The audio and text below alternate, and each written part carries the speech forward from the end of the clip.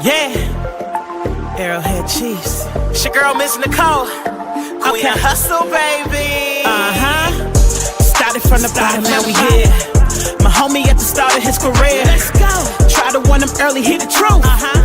Tune in every Sunday for the juice. Arrowhead Chief Podcast, bringing all the news. If you missed the play, come back for reviews. Cris Style, out here repping for the crew. Post game highlights, go subscribe on YouTube. If you missed the play, come back for reviews. Post game highlights, go subscribe on YouTube.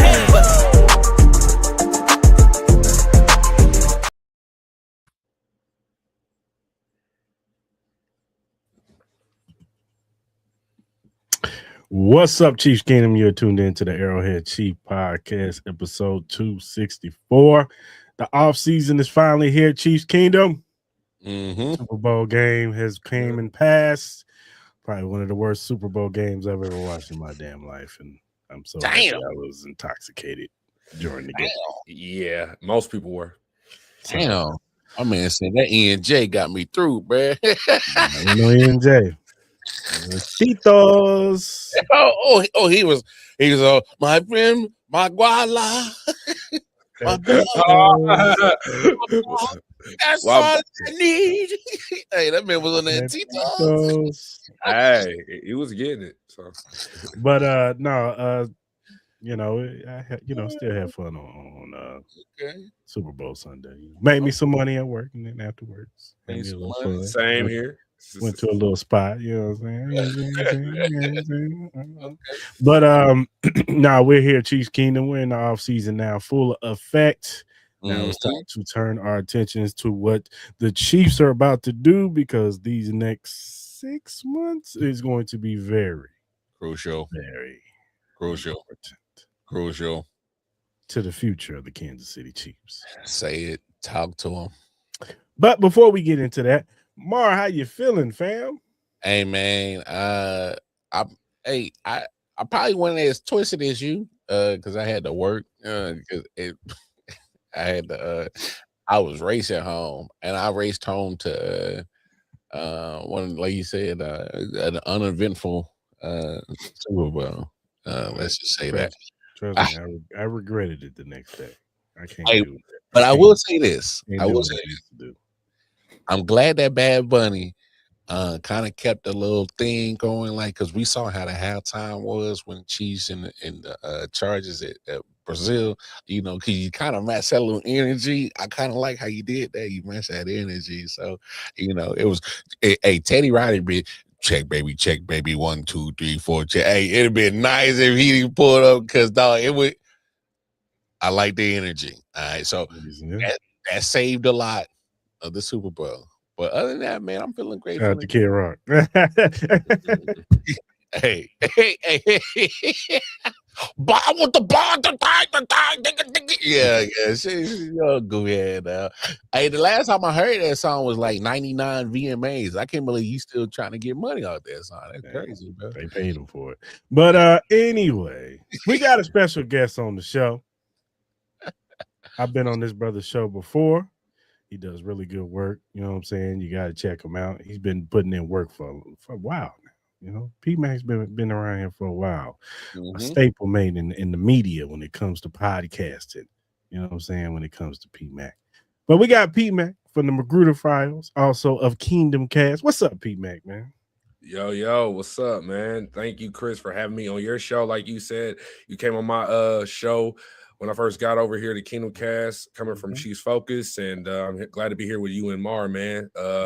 Like some of the things that you guys are talking about here, man, and you personally reached out to me, and I said, I can't miss this opportunity. So, yeah, I'm spending this Tuesday night with you guys here, man, over here in Kansas City. Lawrence, Kansas. I mean, in the heart of the University of Kansas, the same team that beat #1 Arizona last night, and I'm sorry, whatever. P-Mac, Rock Chalk, We got a chicken hawker. Oh hell! Nah, ain't no chicken hawker up in here, man. I mean, you come on, bro. You can't step on my carpet and put your muddy boots on there. Whatever, brother. Shoot, hey, man. I'm just telling you like it is, man. You can't Dave Chappelle Rick James, put your muddy boots on my couch. Well, I'm playing. Now hold on. Hey, see what I'm really mad about. Hold on, let me turn my camera back on because I was doing something that I couldn't put on the TV. But anyway, fact of the matter is, Whoa. no, nothing like that. You see, you gotta relax. The fact of the matter is, hey man, you damn Tickerhawk fans was quiet all year long, and then basketball season started, and y'all just that's all they got. Y'all loud as hell. Y'all had a quick little moment in football, and then it died after 2 weeks in, and then all of a sudden y'all said, "Oh well, we on the basketball." I'm like, damn man, y'all been on basketball since what second week of August, and y'all just been loving that, and y'all just talking all. Y'all forget that who y'all lose to? Y'all lost to the MIZ. Oh, okay. Y'all get rid of it. But y'all good. Y'all got the best player who never plays. Never play. I got the best player who never plays. Best that never is. Just know, the best that will be.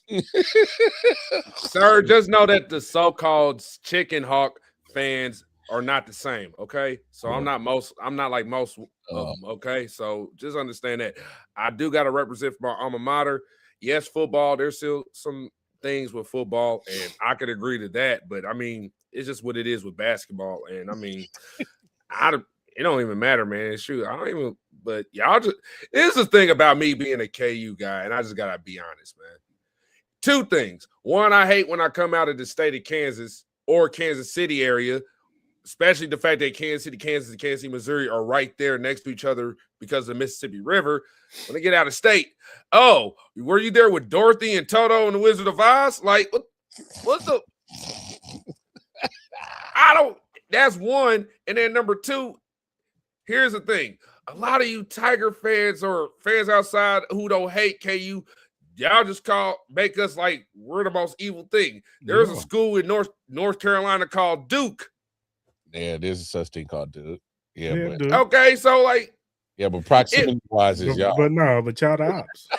Yeah, y'all the ops. Y'all the ops. Y'all the cousin that think y'all high and mighty because y'all got a nice little 4-story house. Yeah. Don't be looking down on us because our front porch, 3-bedroom house is still nice, but we got the door hanging off the hinges, and we got MacGyver a little bit over here to make things work. But I do like that Tupac picture in the back, though. Thank you. Shout out to my good friend. Hail Mary, yes, sir. Yeah, man. Shout out to my friend Jacqueline Anderson. She gave me this for me to like a Christmas gift. So that was pretty cool. Yeah. For sure. All right, fellas. Let's switch to some more pressing needs. Freaking KU. Whatever. Let's talk about the Super Bowl, man, real quick. It was a terrible game. I knew this was going to happen. I called it. You could ask Mar. I said that this game was going to be close in the beginning because the defenses, and then I said that in the second half, Seattle was going to pull away. No worries. Exactly what happened. Because Drake May had not been playing good throughout the playoffs. He did not play good against the Chargers. He just made a couple plays when he needed to. They let him off the hook. Same thing with the Texans. They let him off the hook. Now, the Broncos game, they allowed him to have a short field to run the touchdown. Mm-hmm. Because your man Sean Payton wants to be the smartest guy in the room and say, "Hey, look at me. I'm going for fourth down. I'm being aggressive. I'm about to take the game in my hand." Bumped him 3 points and it kicked him in his ass. And now he was sitting at home eating Tostitos and salsa. Yeah, right. While he watched another team win the Super Bowl. And he didn't play good in that game either. So I was not surprised. And, shout out to that offensive line. That was my biggest gripe against the Patriots. They have a small offensive line. Boy, got exposed. Starting with rookie Will Campbell. Will Campbell. Nice on this one, cuz. He's getting exposed all through the playoffs. Alligator. The man got the T-Rex on. T-Rex on. I was playing the Jurassic Park theme song when he was playing. Dun, dun, dun, dun, dun. I was playing all that. Hey, they was cooking my man, bro. They might have to kick him in on the left guard side and get another left tackle. They might have to do that. They might have to do that with the Patriots. They might. We never know. My man just might have to hit the weight room a little bit. You know. Might. Come on, Chris. You being too friendly. Might. Look, man. You never know. He might be an all-pro left tackle. We don't know. Don't look at me. All pro left tackle. No, that boy better be. He better Kingsley Suwama to eat this shit up real quick, bro. But listen, shout out to the New England Patriots defense and Christian Gonzalez, my brother. Baller. You are a beast. You might be the second best corner in the league now.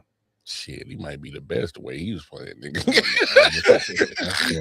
I still like Patrick Surtain a little bit. Oh, I mean, don't get me wrong, Patrick Surtain nice, but it's close. It's close. It's right there. You know, him, Quinyon Mitchell, they in their little group. Splitting hairs.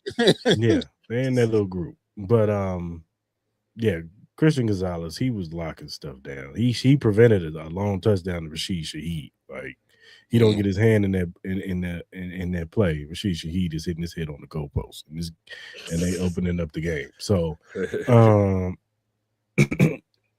Kenneth Walker made you some money, young man. Not just in the Super Bowl, but all through the playoffs. You were balling, bro. He's not making Chiefs fan. I see your little scenarios out there with Kenneth Walker come to G. It ain't happening. They got franchise tag him, and then they gonna pay him. That man just played his way out of our price range, bro. Yeah, it don't matter because they gonna pay him. They gonna pay him in Seattle. He's going, especially with the injury to Zach Charbonnet. If Zach Charbonnet didn't get hurt, we might have a conversation. But he tore his ACL. He's not gonna be ready for the beginning of the season. He ain't going nowhere. So yeah, get Kenneth Walker at your head. I would be highly surprised if Seattle moved on from Kenneth Walker because it ain't like they got to pay their quarterback. They already paid him. First of all, who the hell is mad to just let the reigning Super Bowl MVP just walk out the door? Shout out to Kenneth Walker. You made me some money. Play. Go ahead. I'm saying, ain't nobody just gonna let the reigning Super Bowl MVP just walk out the door for zero compensation, nothing, just a free agent. Compensatory picks. Ain't nobody care about no compensatory picks. No, we want compensation, like compensation. But yeah, it was all good a few weeks ago until he won that Super Bowl. He ain't going. All right, Jay-Z. Yeah, I'm just saying. But yeah, this is a terrible Super Bowl. It just really was. It was boring. I don't even think I was barely paying attention to it. I mean, y'all. It didn't get interesting into the fourth quarter. Yeah, but that little moment only lasted just a quick second. It didn't last long. That little moment of interest. It didn't last long, bro. Once the name threw that ball to Mac Hollins, it was like, okay, maybe they try to pick a little comeback. And then he threw an interception. It was just like, yep, it's over. It's over. And then when AJ Barner scored that touchdown, I was like, yep, it's over. It's over. He said it's over. And then when what's name ran the touchdown, and it was just like, yeah, that fun. Yeah, it was just bad. It was bad, though. It was bad. Back to the drawing board, New England. Come on. I gotta laugh at Josh McDaniels, so-called assistant coach of the year, couldn't coach his way out of anything, and then that game on Sunday. That man had one good drive. Well, when you're being stubborn and you're not giving your left tackle, who's clearly getting his ass kicked right now, no chip help. No nothing. Zero help. No tight ends over there. No nothing. Just put him on the island, and my ego's gonna show. We gonna get it. We gonna get it stopped. We gonna lock it down. AC, his left guard couldn't help him because he was getting his ass cooked. Exactly. Bro, I can't help you, man. I'm over here. Your mind get too. And shout out to that defensive line. That defensive line played their ass off. Derek Hall, Byron, what's his name? Byron Murphy the second. Byron Murphy, yeah, that dude's a beast. That dude is a monster.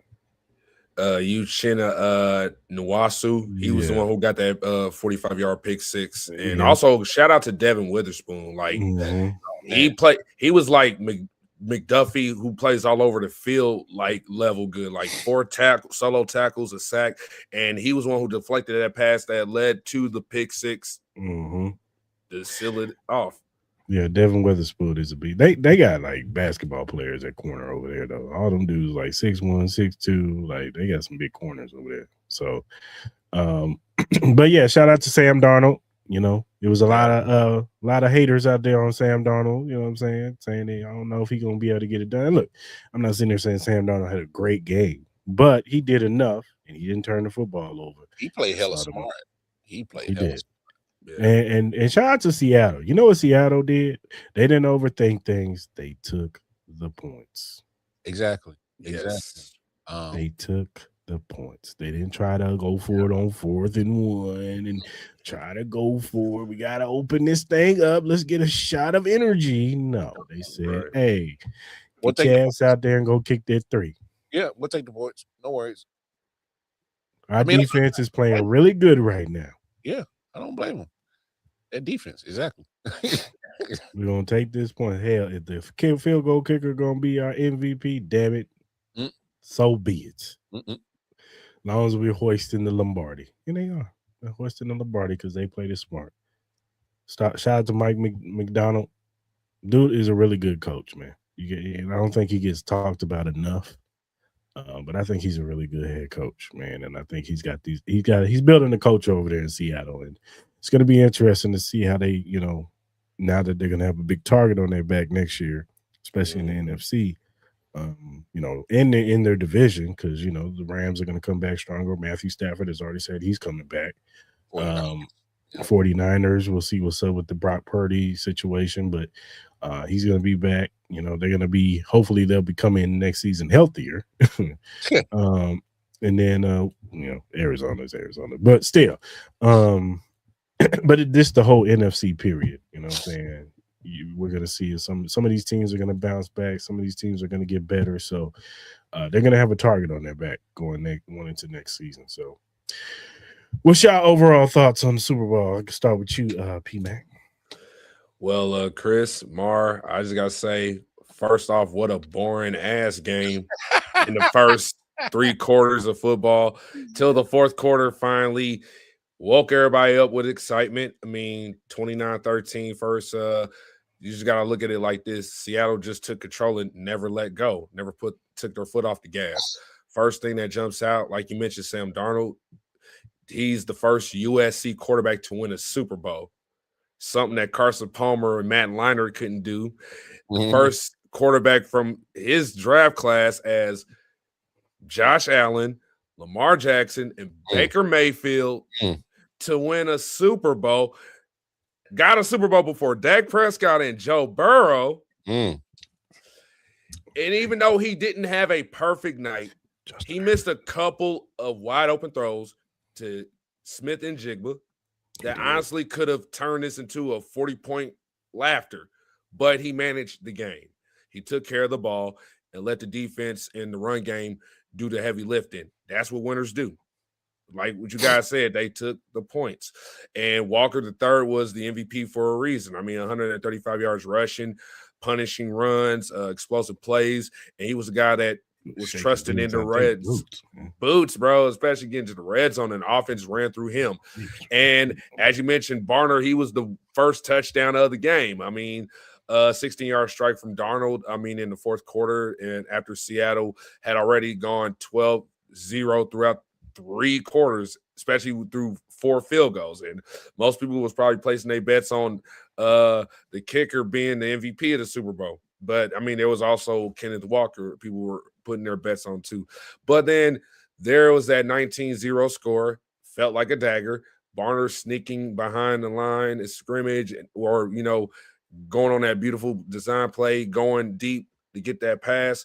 But the story was the defense, bro. I mean, Murphy the second with 2 sacks, Hall with 2 more, Nuwasu's 45-yard pick 6 that was tipped by Witherspoon, who also had that McDuffie-like ball hawking performance. I mean, like you mentioned about that defense, man, they suffocated the Patriots. I mean, DeMarcus Lawrence getting his ring, and he earned it before Jerry Jones since 96 and Micah Parsons, him, another guy, Leonard Williams, Nuwasu combined for 14 pressures on Will Campbell, T-Rex arms. I mean, Campbell got abused all postseason, and it was glaring in this game. The Patriots are going to have to decide whether they have to slide him inside, like you mentioned, or go get a real, left tackle this offseason.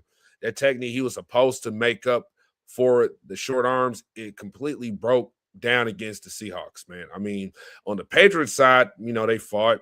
Christian Gonzalez was an all-pro for a reason. I mean, he batted all night. I mean, Mac Hollins with that 35-yard touchdown from, Drake, huge play.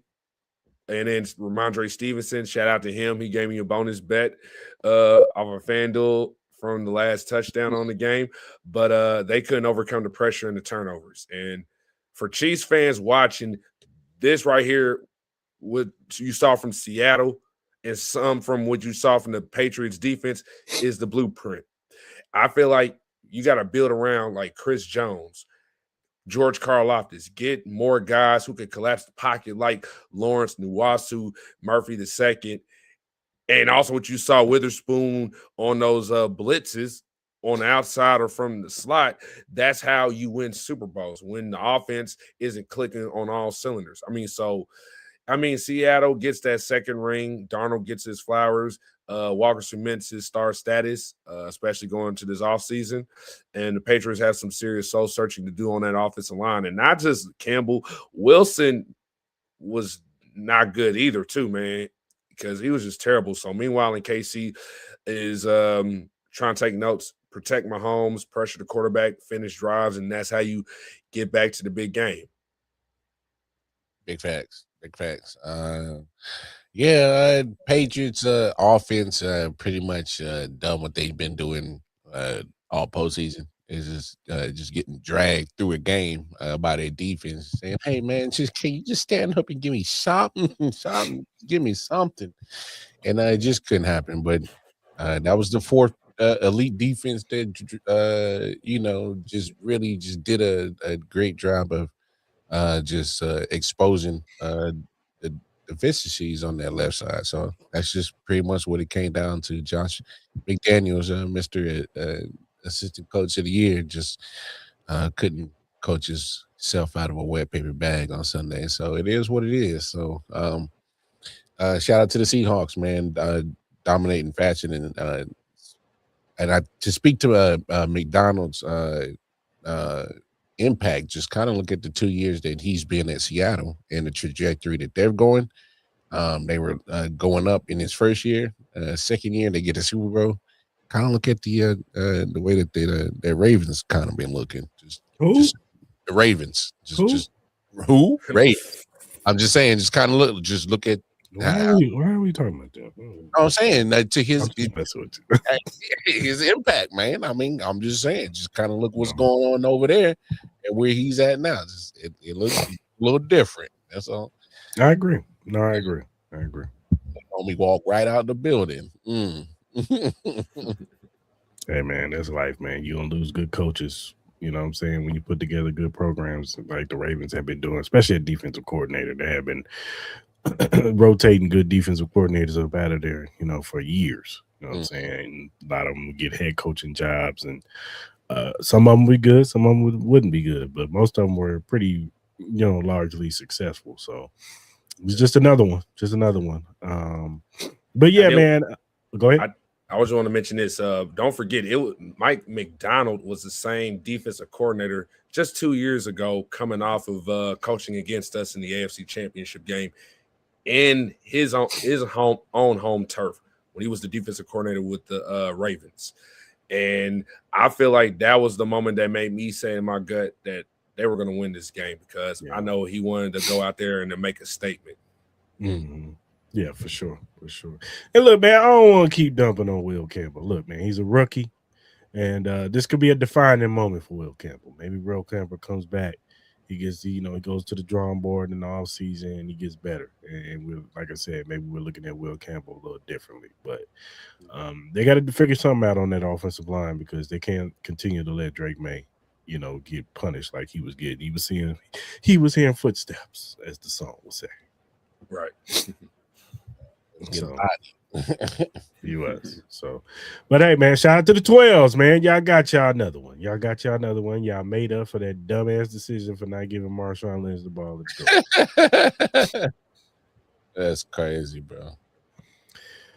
All right, man. So with the hypeness of the Super Bowl over, I'm gonna ask you fellas. Let's take our Chiefs color glasses off for a second.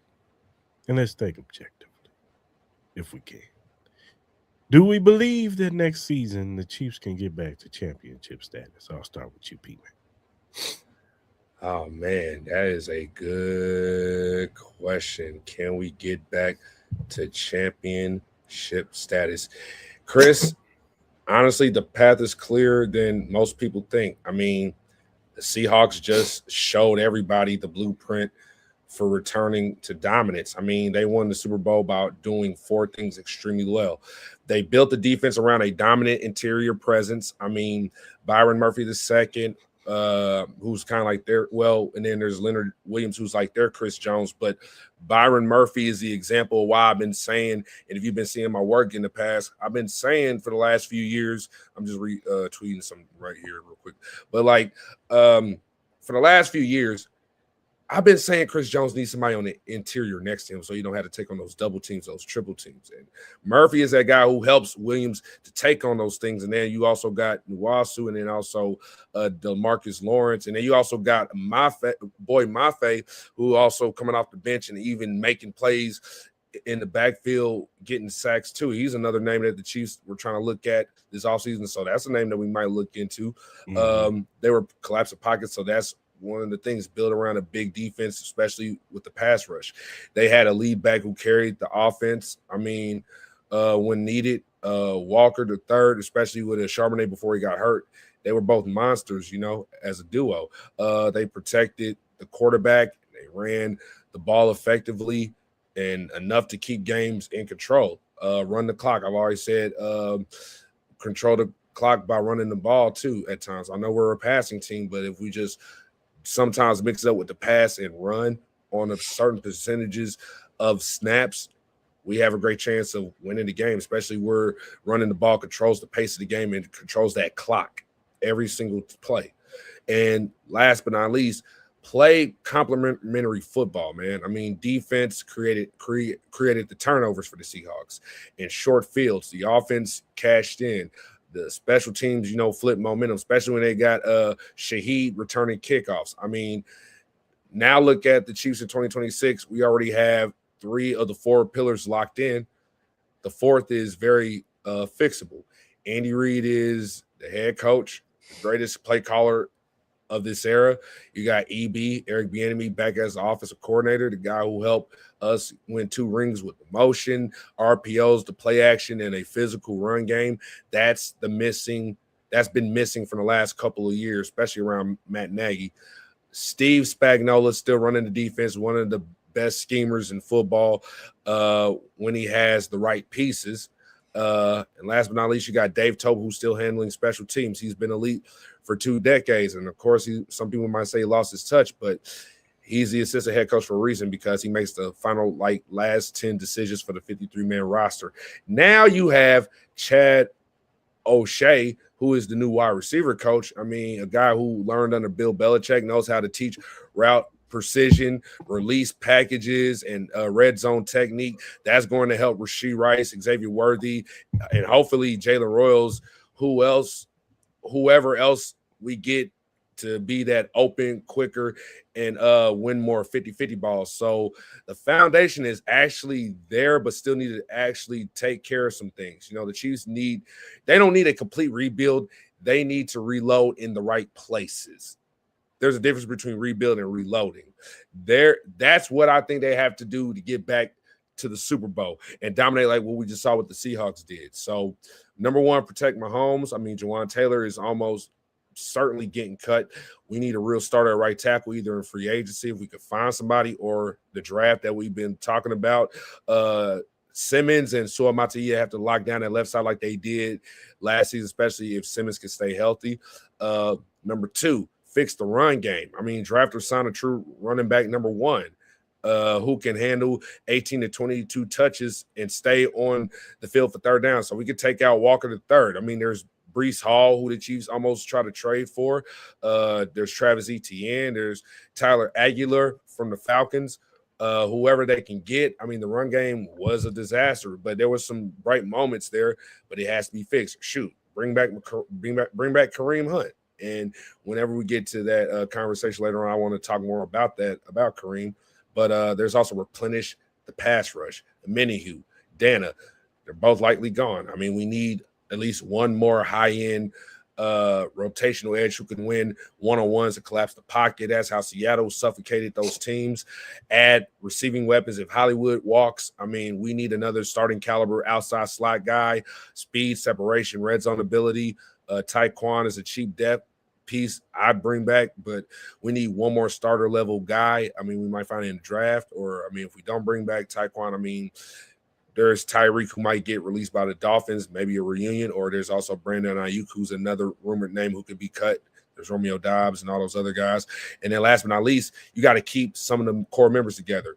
Re-sign Brian Cook or Jalen Watson, especially if McDuffie gets moved. Re-sign Leo Chanel. Keep Kelce for one more year if he wants it. And, you know, those 3 are the culture and the production pieces you do not let walk.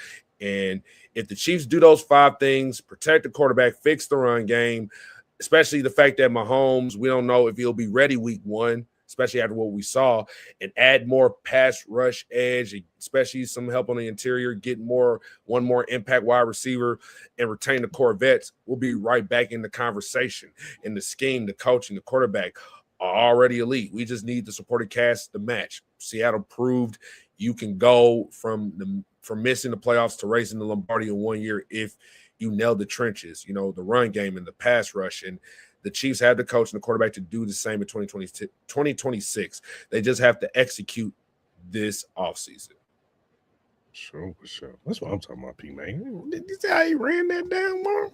Hey man, he had the banana clip on that one, just like. Yeah, man, that's just what it is, bro. We talked about it a lot, man. Like, we do need the run game, but we need to take care of that pass rush, because for the last few years, I'm sick and tired of seeing Chris Jones taking on double teams and triple teams, and nobody getting because it's like, hey P-Mac, trust you are preaching to the choir. This whole past season, especially in the first half of the regular season, we like, bro, how is it still happening that this man is taking on double teams and triple teams? Hello, that means there's a single 1v1 opportunity for multiple month jokers. Somebody get it. There's somebody where, like, I look, you ain't gotta be a 15-year NFL vet, been around the NFL game for 50 years to just figure out common sense that the numbers is always in your favor, and how you still not getting pressure was crazy to a lot of people, especially to me and C. We're trying to figure out how, you know, we were a big fan of you, Charlie. What happened, bro? You just disappeared this past season. I don't know what happened to you, bro. Mike Dana, you just didn't get that magic again. I mean, damn. And to be fair, ever since Turk Warden left, kind of he's been kind of the that other presence that's kind of been taken away from inside. This at least some resemblance of help, right? So, and it's tough, man. But I think the Chiefs can, like you said, it's not a full rebuild, nowhere close. I think nobody would, in their right mind, if that speaks any logic, would say that. So it's a quick retool, refix that we've kind of touched on the show, you know, and amounts. It's culture change, a quick little revamp on that. I think that's why you move off of Nagy, you move off of certain other coaches, and you say, all right, let's get serious. Because I think this year was a humbling moment because you look at how things were going well, and then some injuries kind of just derailed everything, and it's like, normally Mahomes magically gets us through this situation, gets us through this storm, but it just didn't happen this year. All right, so, and he, I think that's kind of the injury was symbolically kind of that. It's like, all right, I'm broken. Like, bro, y'all broke me. Like, y'all didn't put enough weight on me. So I'm gonna come back, but y'all gotta take care of me, and hopefully, I think. Looking at that injury is something almost like a wake-up call for the front office and say, hey, you got to stop putting this much weight on Magic Man. And as magical as he is, he will break. So because it's a lot of weight. I think that kind of speaks to how important this offseason is. And it's not just fixing things on the offensive side. I think defense still wins championships. Did we just not see what happened on Sunday? So held them to 13 points. I'm just saying. So you can still help Mahomes out on the defensive side, special team side, as well, to help take the weight off his shoulders. So Creek would retweak. How about y'all retweet that? Man, and they be right back because y'all missed us anyway. Let's talk about it, dog. Oh my gosh, all playoffs. Even Brady in the NFC Championship game with the Seahawks was mentioning. Oh yeah, man. I mean, Seattle, their crowd is just like the Kansas City level, man. I remembered my days going against Cam. I'm like, oh my gosh, here we go. And you want to bring because you want to bring up the time you beat us. I get it, asshole. Who cares? You cheated. Whatever. I was at that game. That's crazy. But I agree with y'all. I think we can get back to championship status. Do I think they fix everything in the whole season? No, that's not feasible. But I do think that they can fix some major parts of this team to get back to where we need to be. And then, namely, you guys talked about it, the defensive line. Mario will tell you, I've been harping on them getting help on that defensive line. George Karlaftis was a disappointment this past season. He was. He got paid, and he was a disappointment. He was a letdown. Now he's got to come back, and he's got to be better, and maybe he will. But I'm just saying, he was a letdown. Charlie O. It was supposed to be contract year. Didn't live up to it. Sorry, can't pay you now, dog. Unless you take this 1 year peanuts and you come off the bench with the Raiders. Something. Because it's not going to, we ain't paying you. And I don't want to see you tweeting, I just need a chance. No, you didn't show it. You was trash this year. Terrible. Damn. I said it. Yeah, I said it. Damn. And look, I saw Marcus Dash. He was talking about Charles Goldman in his report. And he said that the front office said they knew they messed up. They've admitted that they messed up on the defensive line. That they put their eggs in the Chris Jones basket. They put their hopes into undrafted guys and some guys that they felt like they probably going to take a step forward, and it did not happen. Wow, accountability. It looks like accountability. So I expect Brett Veach. He's going to have an overhaul on this defensive line. I love to see it. Free agency and the draft. Build it like the Houston and Seattle defense. So don't be surprised if he double dip free agency and the draft. And you see some reports. They've been talking to a lot of defensive linemen in that Senior Bowl. Yeah. Painstakingly, P-Mac. He wasn't talking to a Kansas boy. He was talking to Zion Johnson from MIZ. Just want to let you know that. I ain't saying nothing about no damn Kansas boy, okay? Zion Young, I like that dude, okay? I ain't saying nothing. See, that's the thing about it. Y'all Missouri Tiger fans always talking shit, bro. That's the thing, bro. Like, damn, I get it. Like, That's why we're better in basketball, goddammit. Shit, whatever. Shit. All right, man. Move on to the next conversation, man. We still beat the #1 team, bro. You did. No, I had to poke fun at you, P-Mac. No, but yeah, they talked to some guys on the defensive line. So I expect them to bring some guys, not just if nobody that they want is there in the first round. I expect them to go heavy second and third round. Big facts. Oh yeah, absolutely. Interior and on the edges. So, and then I wouldn't be surprised. Maybe, like you said, P-Mac, they tried to trade for him. Maybe they say, "Hey, boy, Mafe, hey man, come on over here. Yeah, we'll give you a little couple. You know what I'm saying? We'll give you a nice little prove-it deal because you ain't got to break the bank for him."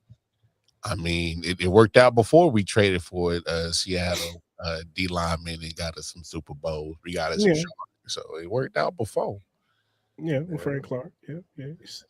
He didn't live up to the hypeness that we thought he was, but in the playoffs he did. It showed up when it mattered. That boy. That's exactly. That boy was a shark in the playoffs. He was. He was a beast in the playoffs.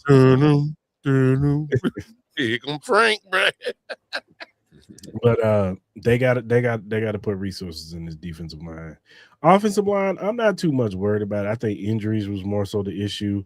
I think they do cut Juwan Taylor. We'll see what they think of Jalen Moore if they keep him around. I do like Sapole. I did like him. I thought he played pretty well on the left side. They can go on the right side. If they do cut bait with Jalen Moore and they say, well, you know what?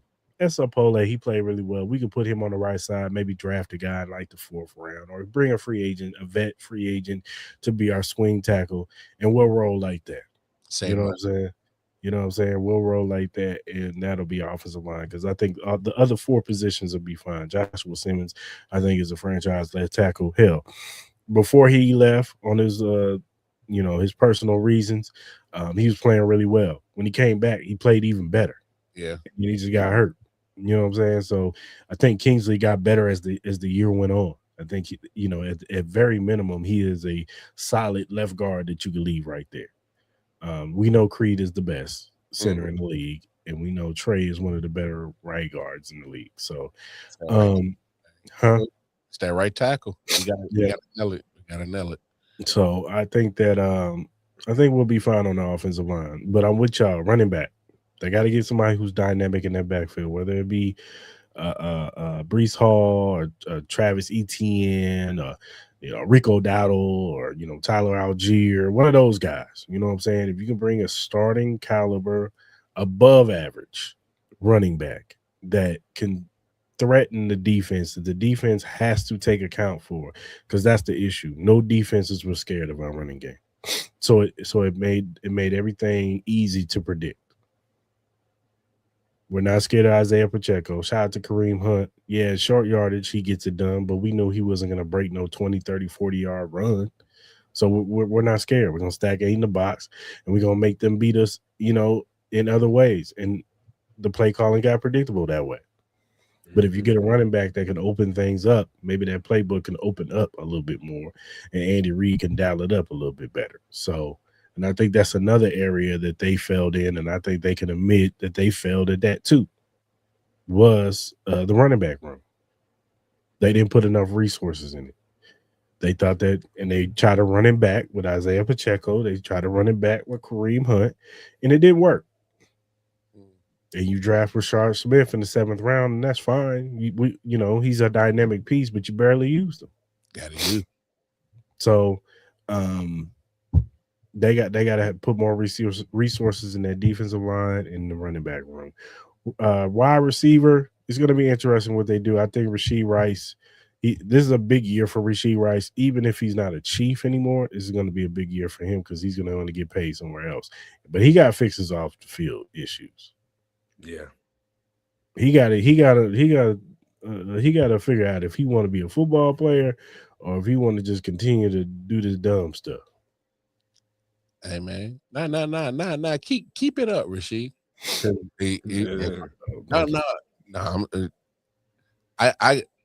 I get what y'all saying, but what I'm saying is like financially wise, he's making it cheaper for him to keep. No. If he keep acting up, he gotta go. Yeah. Oh You man. keep acting up, he got to go. So, yeah, you got to figure that out. Xavier Worthy, we got to see some improvement from you from year 2 to 3. Year 2 was kind of, it was derailed with injuries, the shoulder injury, the ankle injury. I think that had a lot to do with why he played the way he played last year. Let's see he bounce back this year, or going into this year. So Jalen Royals, we'll see what they have in him. There was big hoopla coming out of the Senior Bowl for this guy. He was a big guy. The same way they talking about that Tyron Montgomery kid, the same way they was talking about Jalen Royals. Mm-hmm. Because he was beating one-on-ones, he was dogging dudes, he was doing his thing, and I watched him. Being out here in Vegas, I watched him against UNLV. He was murdering us. Mm-hmm. Dude is a beast. So I just want to see him get more opportunities coming into this season, and we'll see if they bring back Tyquan Thornton or bring in some other guys, maybe a Mike Evans, somebody like that, maybe Tyreek Hill, maybe so. But we'll see. We'll see. But I do think that they can get back to championship football. And another thing that they need to do, they got to figure out, well, first they got to figure out what they're going to do with Trent McDuffie. Are you going to sign him or are you going to trade him? Mm-hmm. But they also need to get some more playmakers in the secondary. Mm-hmm. We got to start taking the football away. Got to. Like, it's been a couple of years where they've just been terrible at taking the football away. And it's been so, like, it don't matter how dominant, like, it separates good defenses from being dominant defenses, like, easily. Just taking the ball away, and they just don't do it. It's like they're at the bottom of the league, like, the last couple of years. We haven't had a playmaker like that can be that kind of effective playmaking piece since Tyrann Mathieu, who was known for taking the football away. Mm-hmm. And we need somebody like that in that backfield, whether it be a safety, whether it be another corner. I don't know, but they need a playmaking guy who can get the ball back to the offense and get short fields, or take it back to the house and extend leads. So that you won't put so much pressure on Patrick Mahomes. You won't put so much pressure on this offense. That's what I was talking about earlier. That's that help you can give them. Yeah. So, but do I think that he can get back to the championship status? Of course. Have we seen the AFC? Mm-hmm. Like, for real? Like, the AFC side playoffs was trash. Let's just call it what it is. Yes. It was booty butt cheeks. Yes. They were booty. Yes. These the quarterbacks in that side, outside of Josh Allen, Lamar Jackson, and probably Joe Burrow, I guess you could say Justin Herbert. But outside of those guys, of course, Patrick Mahomes, he's in another realm. But I mean, you see it in the back next to the Tupac picture. Shit. Yeah. Greatness. Patrick Mahomes is in his own world. I'm just talking about the other AFC challengers. Like, dog, you saw these dudes. You scared of Bo Nix? No. You scared of Drake, man? No. CJ Stroud? No. Is he gonna have a job next year? Yeah, that's crazy. Huh? Like, I'm not scared of none of these dudes. So why can't we get back to championship status? Yes, it's the offseason. Teams can get better. I understand that. But still, I think that this team has a very good chance of getting back, because I just feel like the other teams in the AFC, they all got holes, they all got problems. It ain't like, these guys are super teams on the AFC side. No, they got their deficiencies too. So I think we can get back to the championship level and be that team that we all expect the Chiefs to be. So, of course, the Mahomes injury is something that we got to look out for, but I think he'll get back, either whether it be back in September or back in October. I think we'll be fine. So, speaking of which, Diana Rossini put out a report right the day of the Super Bowl that there's been rumblings that Travis Kelce could be coming back next year. Now, I know there's been discourse. Some people think that he should retire, go away. And then there's some people that are like, I wouldn't mind Travis coming back one more year. And then there's some people like, hey, man, whatever he decides, I'm good with. So, at first, I was in the wheelhouse. I thought he should retire. But as time went on, I was like, you know what? Let the man decide what he want to do. He want to come back one more year? Hey, man, I ain't going to be mad at it. My only thing with Travis Kelce has always been what, Mar? Hey, he cannot be the focal point of the offense. Exactly. He can come back, but I just need you to be the fourth option. I don't even want you to be the third. I don't want you to be the second. The fourth option, 3rd and 6. We need a first down.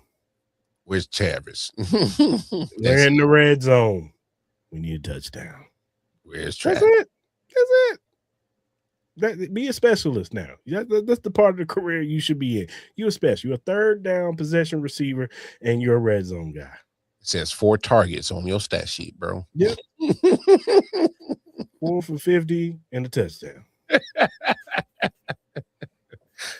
Say you may crack 100 on one game. Hey, we get vintage Kelce. That's fine. Throwback game. But outside of that, I don't want you to be any type of focal point. To a point where Andy Reid is like, man, just go over there. We'll get you. Don't worry about it. Just here, damn. And Rice, Xavier, running back, whatever, who he is. Y'all got to be the focal point. So I don't mind Travis Kelce coming back. Me neither. What's your thoughts, Mark? Nah, man. I couldn't have put it no better than what you just did, man. I mean, that was so Basquiat-esque that you just did right there, bro. I mean, that was a beautiful art. You know what I mean? You know. So I mean, you know, so it's like, hey man, when a brother you know, so artistically puts it like that, man, I'm just gonna shut the hell up and you can go on to the next segment, man. I mean, ain't much I could add to that, bro. I mean, yeah. If you hear, we all in the grandstand. That's what I'm talking about. If you hear TK, yeah, you just can't be a Superman. That's all. Exactly. All right, man. I want to ask y'all a question. We'll start with you, P-Mac. What do you feel is the weakest position on the roster that needs most attention? Man, I've been saying it basically, bro. I've been saying, like I said earlier, look at what happened in 2025, bro. Going straight to the pass rush, hands down. Gotta talk about it, bro. The Chiefs finished with only 35 sacks. That's the 8th fewest in the entire NFL. That's not just a down year. That's a systematic problem when you're trying to win in this league. I mean, and it's something that's been a concern for me over the last few years, even just getting by. I'm tired of just getting by. We need to dominate. That's what Seattle did. Even years before this team won, there was the Legion of Boom. And once again, I got to say this. Thanks a lot, Russell Wilson. I can't believe you screwed that opportunity up years ago. I mean, wow, man. So anyway, and when you're looking at the supporting numbers, it gets even worse. The team had just 14 turnovers, tied for the 4th fewest in this league in the NFL. You can't generate pressure. You can't create negative plays. You can't force turnovers. I mean, it showed up in every phase on defense. I mean, let's look at the pass rush. Like you mentioned, Charles Omenihu, as you mentioned, man. He honestly hasn't been the same guy since he tore the ACL in that AFC title game against the Ravens where McDonald coached against us. I mean, he came back, he fought, but the explosiveness, I mean, the burst off the edge, it's just not there at the same level. I mean, he's still a good rotational piece, but he's not the game wrecker he was pre-injury. So, I mean, then there's Mike Dana. I mean, Mike Dana is a straight-up cut candidate. $9 million in cap savings if we move on. He's a solid run defender and a glue guy, but he's never been a consistent sack producer. He's replaceable. On the interior, there's Jerry Tillery. I mean, Mike Pennell, who might be semi-retired. I mean, there's Derek Nottie. None of them moved in, Pennell moved the needle. Sometimes Tillery did, but they really didn't move much of the needle. They're fine run stoppers, but they didn't collapse the pockets or create consistent interior pressure. And there's Omar Norman Lott, who showed real promise as a rookie, 4 solo tackles, a sack, 1 quarterback hit in just 5 games before he got hurt, but he's coming off an injury and he's not ready to be that guy just yet. So you look at this group here, Karl Loftus is the only proven high in edge rusher on the roster. However, he's more of a designated pass rusher too than a number one. In this case, Chris Jones, who's not only the number one D tackle, he's the number one designated pass rusher on the team. But they're always going to put attention on him. We need a real, true Von Miller, Derek Thomas, Justin Houston, Tamba Hali like pass rusher, man. I mean, everyone else is either aging, coming off injury, a free agent, or a cut candidate, and the results speak for themselves, yo. I mean, 35 sacks, bottom third pressure rate, and a defense that couldn't consistently get home without blitzing. That's the weakest spot on the roster right now. And if the Chiefs want to get back to the Super Bowl level and dominate like what the Seahawks did, where the front seven was suffocating, they have to fix this pass rush. Big time. You know what I mean? What you got, Mar?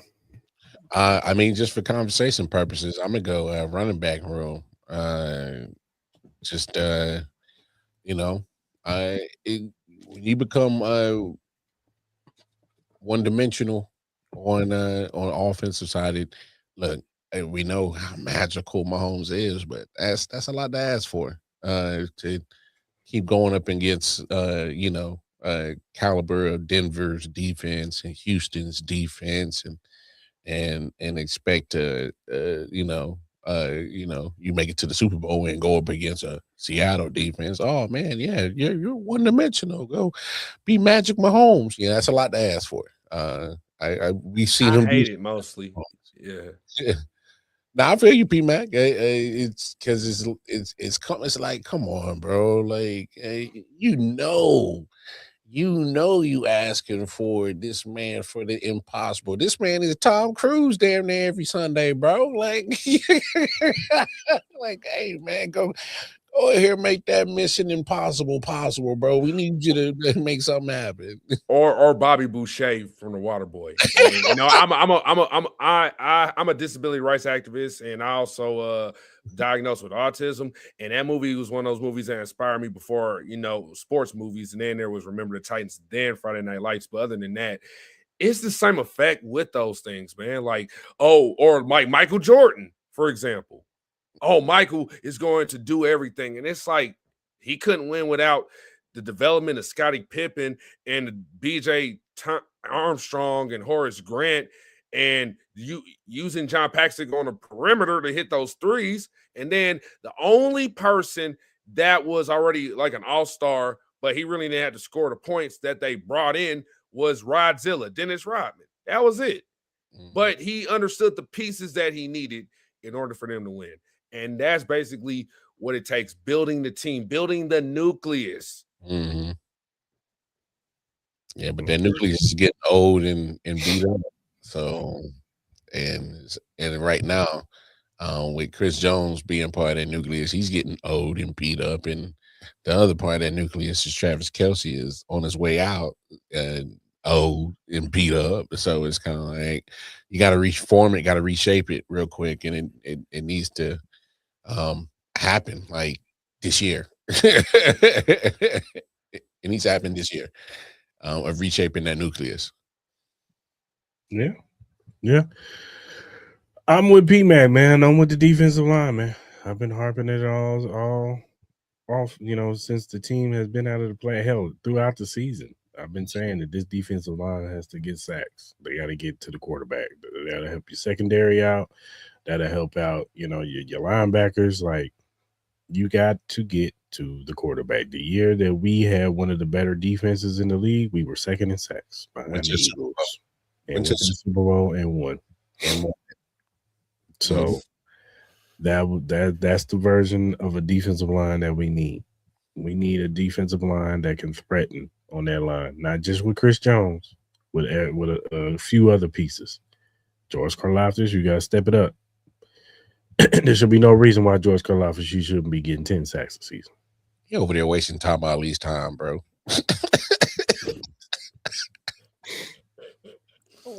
That man time. That man got stuff to do.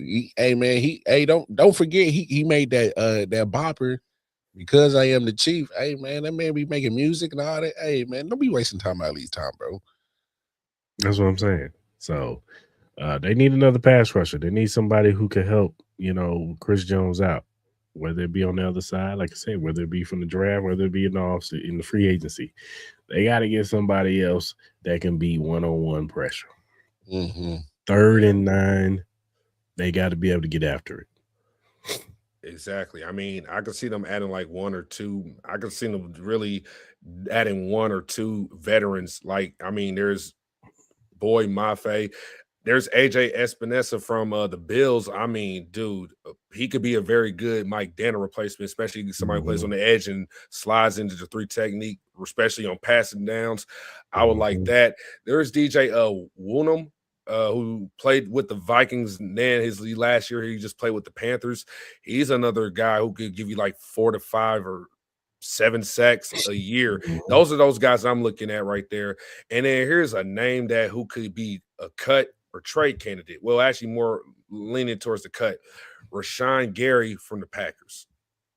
Yeah. I wouldn't be mad with Rashawn. Rashawn Gary would be a plus. Yeah. Because you see how Rashawn Gary played when he had Michael Parsons on the field. Mm-hmm. He was already good, but then when Michael Parsons got there, next thing you know it, you saw Rashawn Gary play a lot better. Oh, what do you know? When you get another pass rusher over there and get some help. Rashawn Gary ain't got to do everything. So I would love a Rashawn Gary on this squad. Yeah. Another cut candidate. He's a little older, but I guarantee he'll be in here and he'll help out. Bradley Chubb. Yes, I should have added him to that list, man. I love Bradley Chubb. I can see him being a cut candidate, and he come right on over here and be on that other side and rush the passer, and he can set the edge. Yes. Oh my gosh, that is one of my guys right there too. So I love Chubb. And then there's some free agents, you know what I'm saying, that possibly, I don't know if he'll try to blow out the bank, but maybe you can convince a Jalen Phillips to come over here. Yeah. I would love it. Me too. He's been a year removed from that injury that he had with the Raiders. What's Christian Wilkins doing right now? He might be, he might. That foot got to be better now. I don't know, man. I don't know, bro. I don't know if he's gonna. What he doing his off-field, what he doing his private time, that's his business. Chris Jones ain't gonna let that happen. He slapped the hell out there, man. Well, I'm just saying. Keep your hands to yourself, Christian. Keep your hands to yourself, man. Don't get down like that over here, player. You know what I'm saying? Keep that to yourself.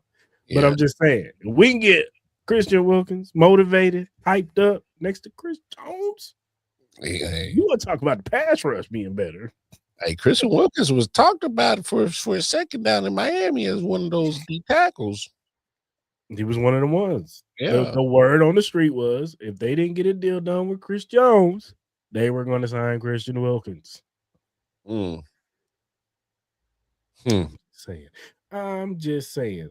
They got options. Go out there and make it happen. Let's fix this defensive line and let's get this defense back to what we know. Yeah. Because we had mentioned Christian Wilkins during the season. You know what, Joe? I'm done with Joe. I'm done with Joe. Hey, Joe, man. I'm done with Joe. You can, Joe, you can never say that we mischaracterize you. Because you always bring it up. You can never say that. You can never say it's slander or we just trying to, come up with narratives about you, bro. No, you like that narrative. This is you. And we come to accept it. It's up to you to accept this at this point. Intervention moment right there. Get in there. Hey, this is what you get when you tune in every Tuesday. Not only are we teaching you stuff, we're helping people. Helping people, bro. Helping people, bro. Yeah. But no, but seriously, what was you saying? Damn it, Joe, you threw up the groove, man. Hey, don't tell us we ain't our brother's keepers around here. Don't tell us. No, I mean, it's when you look at certain situations like that when it comes to the pass rush, and you're absolutely right. Is that's another part of that thing that can help with taking some of the weight off Patrick, man. Making sure that he, like you said, giving them short fields, man. Ain't gotta love a short field, more opportunities to see Patrick on the field. Gotta love that. That should be something that should motivate you as a team to say, hey, man, I got something on this team that nobody else got, that no 31 other teams has. I want to get this guy more opportunities to show that hey, look what we got that we know for a fact that you don't. And so let's give this man more opportunities. Double up the possessions. What's wrong with giving got to give the people what they want? I was talking about it's all postseason, Mahomes. So hell, okay, let's give it to them. Gotta give the people what they want. Let's go. I'm just saying, let's make it happen, man. You over there making jingles? Hey, get more possession. So that girl Dr. Pepper, she can get her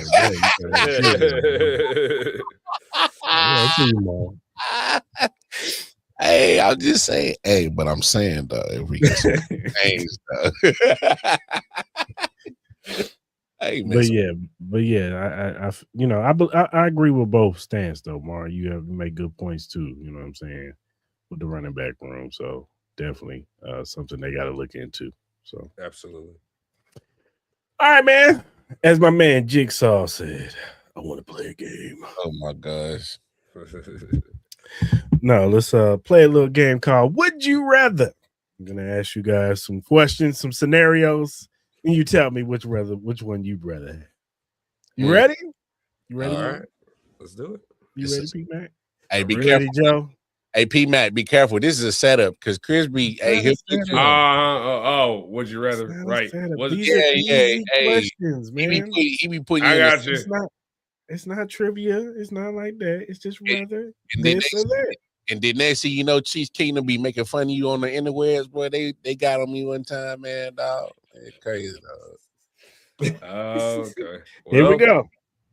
First up, would you rather set up number one? Spend capital for a running back or spend draft capital for a running back?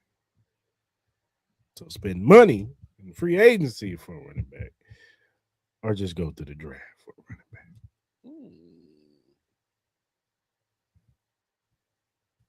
I'm gonna go ahead and spend that capital because I think the what you spend market wise should be a little bit shouldn't break the bank. Like you can get a solid running back. Because in order for you to draft it, like you got to be up there. I think even 9. Where we're at this year for the Chiefs. I mean, I don't know because you getting Bijan type running backs in the first round like before that. So you would have to get up there to get a top notch running back on draft capital. Not saying that you can't find a starting running back for your squad later in the years. I mean, it worked out, for the Chiefs, but in the 7th, but he's not dynamic like that. So yeah, let me spend the money. I'll spend the money. What you got, P-Man?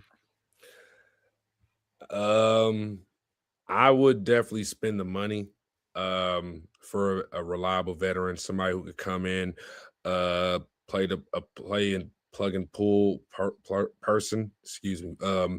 Just somebody who's just ready and just to come in right away. Let's say like a Tyler Aguilar. Like if you could get him at a like $4 to $5 million per year, that is basically a ballpark. Basically, you hit the ball right out of the park with that move right there. I mean, he's one of those low risk, low risk, high reward type of moves right there. If you especially get a guy like him, he also fits what the Chiefs do. Especially, he might not be the fastest running back, but he is explosive, bro. Like, and then if you want to add somebody in the draft, especially in the lower rounds, especially if you're not going to waste that number 9 pick on the running back or find somebody later, like be after the third round, then that's what I would go for. I mean, like Aguilar is physical, downhill runner who can handle early downfield work and everything, especially like what Kareem did for us over the last few years, but probably better. There's also ETN. I mean, he's quick, he's elusive. I mean, he's an excellent receiver out of the backfield. I mean, there's Breece Hall, as people have mentioned. I mean, especially my thing I always want to do is I always go for the money ball approach. That's always been my thing.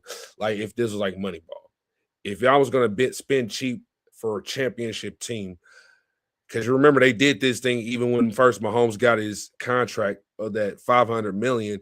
They were like, "How do you build a roster around Mahomes and that $500 million?" And I'm like, "You're basically playing money ball, and it's going to take a lot of negotiating bargain deals to get certain players." So if you look at those three, especially Breece Hall, we don't know how much he's going to be asking for, but I'm looking like, I don't know, 9 to like 12 million per year. That's what he's probably going to be asking for to get that money. But if the Chiefs was going to be willing to spend that amount for a running back, and they really usually never do, the last time they paid somebody that amount of money was basically like Shady McCoy, and then we had Damian Williams, especially if you can find somebody for that value. It's always about the value that you look for. So I would spend it on the capital on a veteran running back and look for my resources in the draft.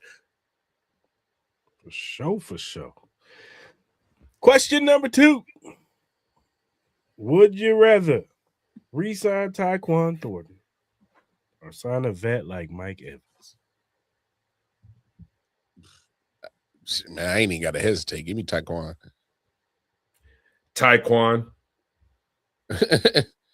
Yeah.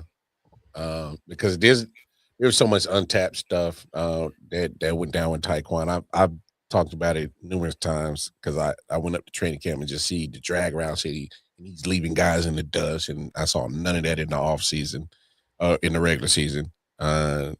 Just the way that he was just literally just burning cats. And then, of course, he actually showed in the regular season that he was getting separation, and there was some underthrown deep throws. So I think Tyquan did what he was supposed to do this regular season. Just unfortunate that his minutes got cut once Xavier and Rashid got back, and they forgot that hey, the guy that was actually getting separation for y'all, we're gonna stop using you.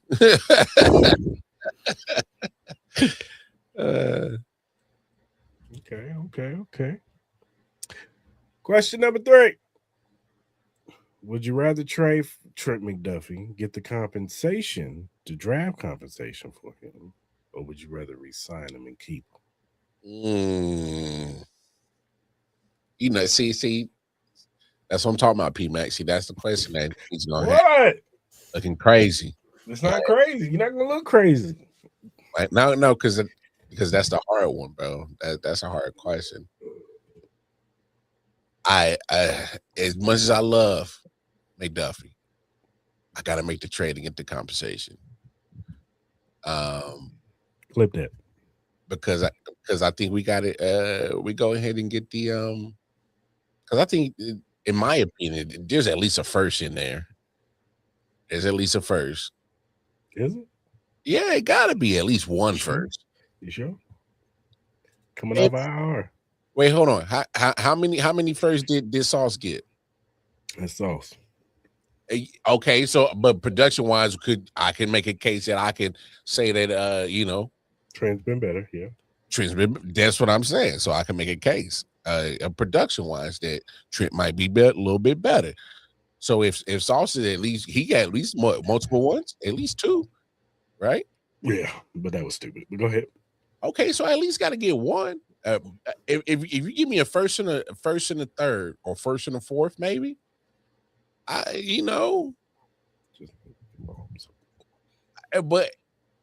I think you get a high end 2 for that dude, man. But that's what I'm saying. Like, I gotta get a first and a third. Like, come on. If you ain't getting no first, then we ain't trading. Well, exactly. So I think the compensation got to be there. So, like, I think the market's there for McDuffie compensation wise. But What's that? Yeah. What you got, P-Mac?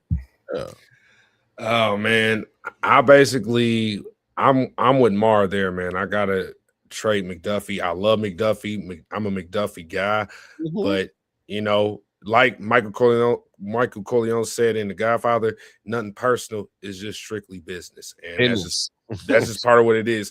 The Chiefs don't have enough draft capital to add more picks or to make these big splash moves or anything else like that. We're still going to have to make some moves, restructure some deals, but we also got to let some players go. Like I mentioned, not a rebuild, but a reload. Take away certain things and reload the machines. That's what we got to do. And like the Rams, for example, if we can't get a first round pick, trade for their number 61st and 93rd pick, the second and the third, and see if we could get that in return. I think that would be like the value of basically one first round pick. And that way the Chiefs would have 2 extra picks in the top 100, which we already have 3 of them. Pick number 9, pick 40, pick 74. So if you add 61 and 93, we will have 5 draft picks in the top 100. I'm really willing to add that and add these talented players. And yes, he is a proven commodity in this league. Here's the other thing about that, though, man. It's a business. It's the NFL. This is not like the NFL in the 90s. This is not the thing like the WWE. They basically, you don't realize, my friend, we're in basically the attitude era of the NFL. That's basically where we're at. Where Mr. McMahon gave that opening where he says, where we told you to say your prayers and take your vitamins is now passé. We're ushering in a new era. It's all about the money, okay? Not just about the money and chasing. All about the money. Like what Deion put out back in the day. It's always been, but now it's more of a deal. Why do you think they got the situation with the NIL situation? And I'm just talking to at 37 Joe Delaney, just out of respect, man, just saying like that's just the business, man. And if we keep McDuffie, cool. I would love for McDuffie to stay, but how are you going to try to keep this man or try to add Mike Evans when you're under $50-60 million in cap space? Hey, not only that. Hey, come on, Joe. You see, we don't pay no corners around here. Corners don't get paid around here. L'Jarius Sneed, Various Ward, man. Like, come on. Hold on now. Mooney, that's my guy. I love Mooney. I got arguments about those two. Various Ward was very good, but you saw the writing on the wall. You knew they was gonna let him go, and he was an undrafted free agent. He was an undrafted guy. I know they weren't going to first round. I understand. L'Jarius Sneed, as we see, right? They sold Tennessee a lemon. Yeah, but hold on, Chris. If we can't, and he was 28. I hear you. McDuffie is 25 years old. I hear you, but we can't act like he's a first round pick, not a 4th round like L'Jarius Sneed. Okay. And that an undrafted guy like Various Ward, where they picked off the scrap heap of Dallas. I hear you. But but Chris, what was the difference in their defense when McDuffie went out and when he was in it this year? That ain't the point, man. I'm just saying, what was the difference in that defense with McDuffie, with him and without him this past season? That's not the point. The point is that Trent McDuffie is high level, and you keep high level guys on your I know. I want to. You got to. But I mean, I think you could figure it out. Hey, but that's true. That's true. You can figure that out. What I'm saying if you really want them, you can figure it out. If the math ain't mathing, if the numbers ain't looking, I'm just. Beach. The first order of business, you get on the phone with Patrick Mahomes. Hey, man, we got to get your cap space down, player. Of course. That's one of the first moves they're going to make. There's also the second call. Chris Jones, we got to get your cap here down, player. Make $44 million next year. You make $44 million. You think they could get Chris to take a pay cut? He better, or you move him. They always want up front. They always want upfront money. I'm cutting you a check today. Wait, I ain't got to wait for my money? Hell yeah. No, it's not. It's hey, let's just call it what it is. Either move the money, Chris, or we move you. This is a possibility. But I hear y'all. Y'all, hey, that's y'all stand. Trade Trent McDuffie. I ain't mad at it. All right, question number 4. Would you rather have a top 5 defense next year or a top 5 offense next year? Defense. Top 5 defense. Give me that top 5 defense.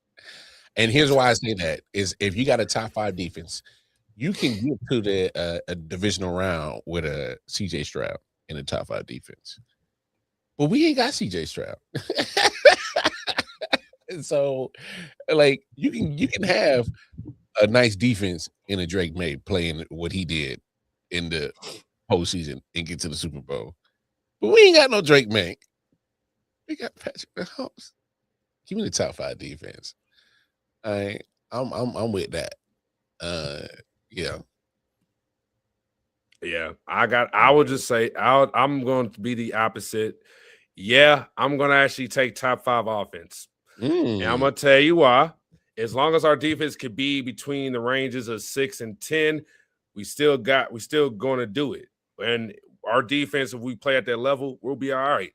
You know what I'm saying? Yeah, I want a little bit of the fireworks back, man. I mean, a balance of the offense, man. Not just Mahomes throwing those big passes.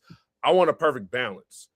Mahomes to run if it really gets bad for him outside and the pocket collapses around him. A balance of using our running backs again, man. I mean, even the third running back getting some love, man. Especially like 2019 when we had Damian Williams, Shady. We had Darrell Williams, who turned out to be a guy later down the road who almost got us back to the Super Bowl for back in 2021. I mean, he did play in the Super Bowl the next year with us, but that's a different story. But I mean, we need that. I mean, we need to get back to having a receiving group consistent, being explosive, like when we had Tyreek and Sammy Watkins and McCole Hardman, like when they were playing on all cylinders together as a unit, especially with Kelce. I mean, if we get back to that, and I don't want Kelce to be the same Travis Kelce. If you could be like Antonio Gates when you knew you were on your last leg and they drafted Hunter Henry, but you were able to play with him to become a very good tight end duo, I'll be good with that, man. Just as long as we're top 5 in that offensive line. I want to see Mahomes play with an offensive line that protects him, where he is comfortable and there's a little pressure, but he's more comfortable with being able to move and just hit his target when he's plants his feet to make those throws, and the offensive line gives him enough time. That's what I want to see. We can get away with having a top 6 through 10 defense in the NFL. We did it before.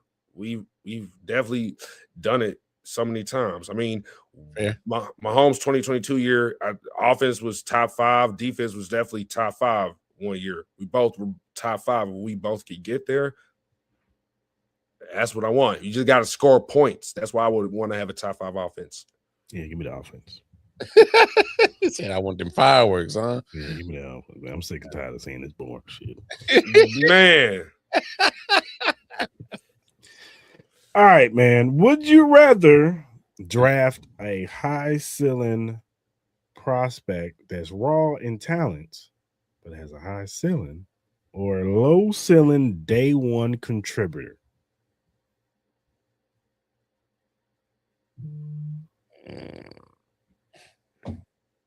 What is there a specific position or just in general? Man, whatever in general, dog.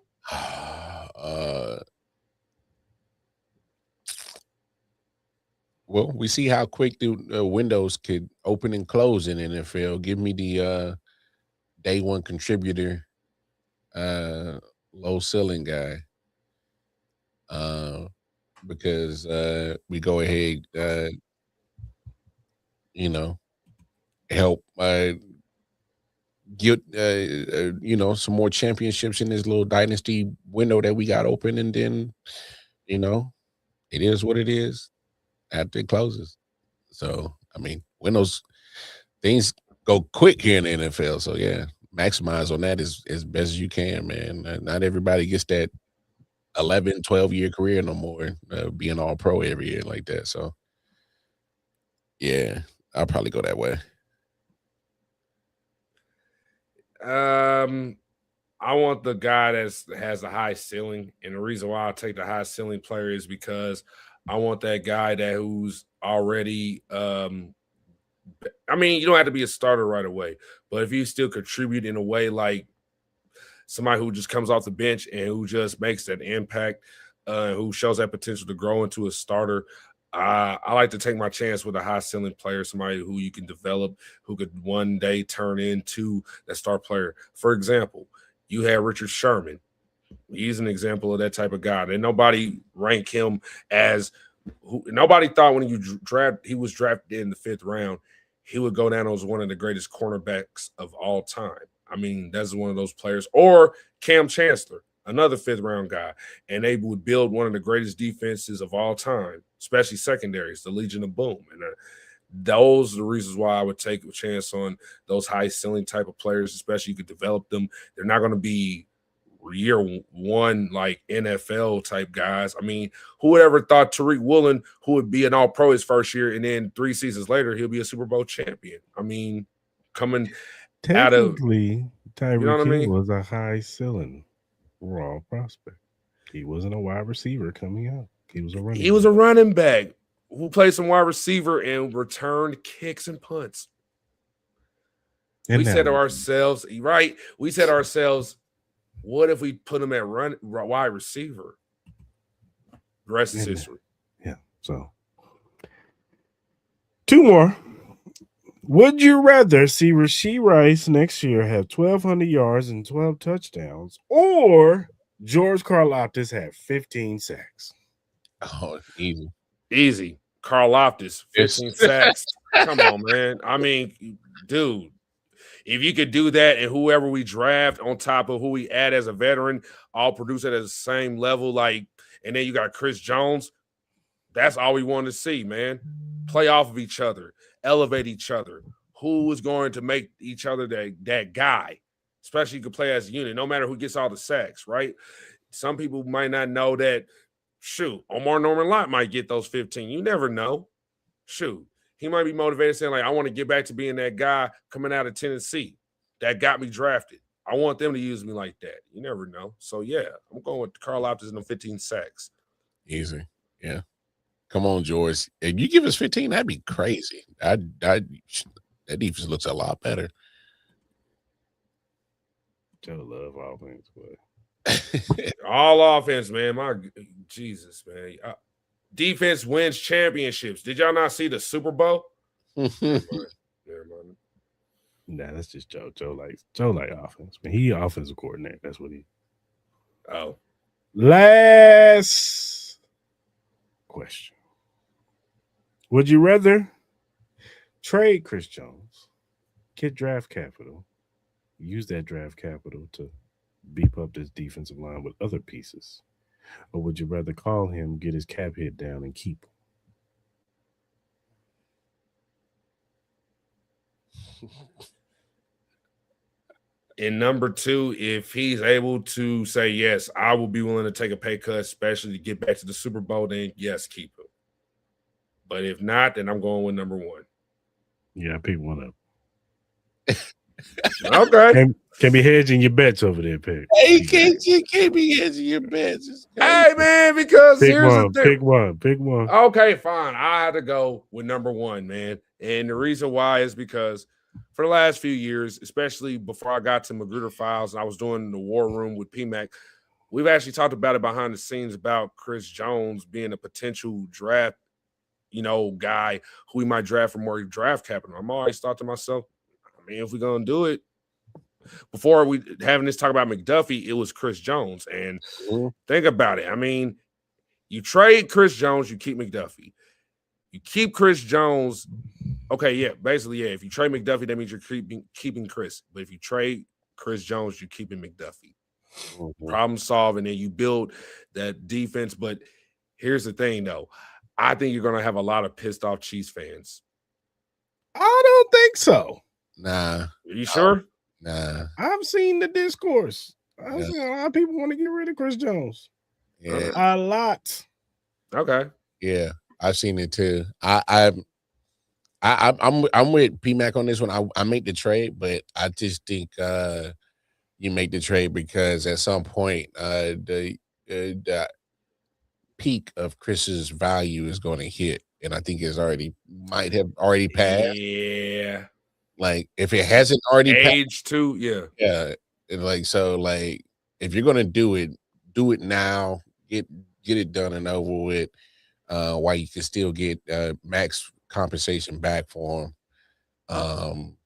Yeah, man, because it's not like he didn't help you to several Super Bowl appearances and championships. So it's not like you didn't get the your return on investment. And so I couldn't hedge my bets. You over there hedging. You got the little hedging them bets over there. Hey, you got to, man. You never know. You gotta always have a plan B, plan C, just in case. This is would you rather. This ain't plan B. I know. And I think y'all bad shit crazy trying to trade Chris Jones. He is the only pass rush we got. If you think pass rush was bad last year, oh my God. Mar, we are going to be here every day scoring. Y'all want that offense that you want, P-Mac? Oh, we're going to get it because we're going to score 37 points a game. Points like it's 2018 all over again. I don't want no damn Bob Sutton defense, though. Hell no. That's crazy, bro. Oh, goodness. Bob What Sutton. kind of capital you think you can get for Chris Jones right now at his age? That's a good question. What is the highest draft capital you think you can give him right now? Because you're not getting the first. No, you can get the 2. I don't think you can get that. Why not? He's too old. He's 32. He's too old. Nobody's giving you a second round pick for a 32-year-old declining defensive tackle. That's got $44 million on the book.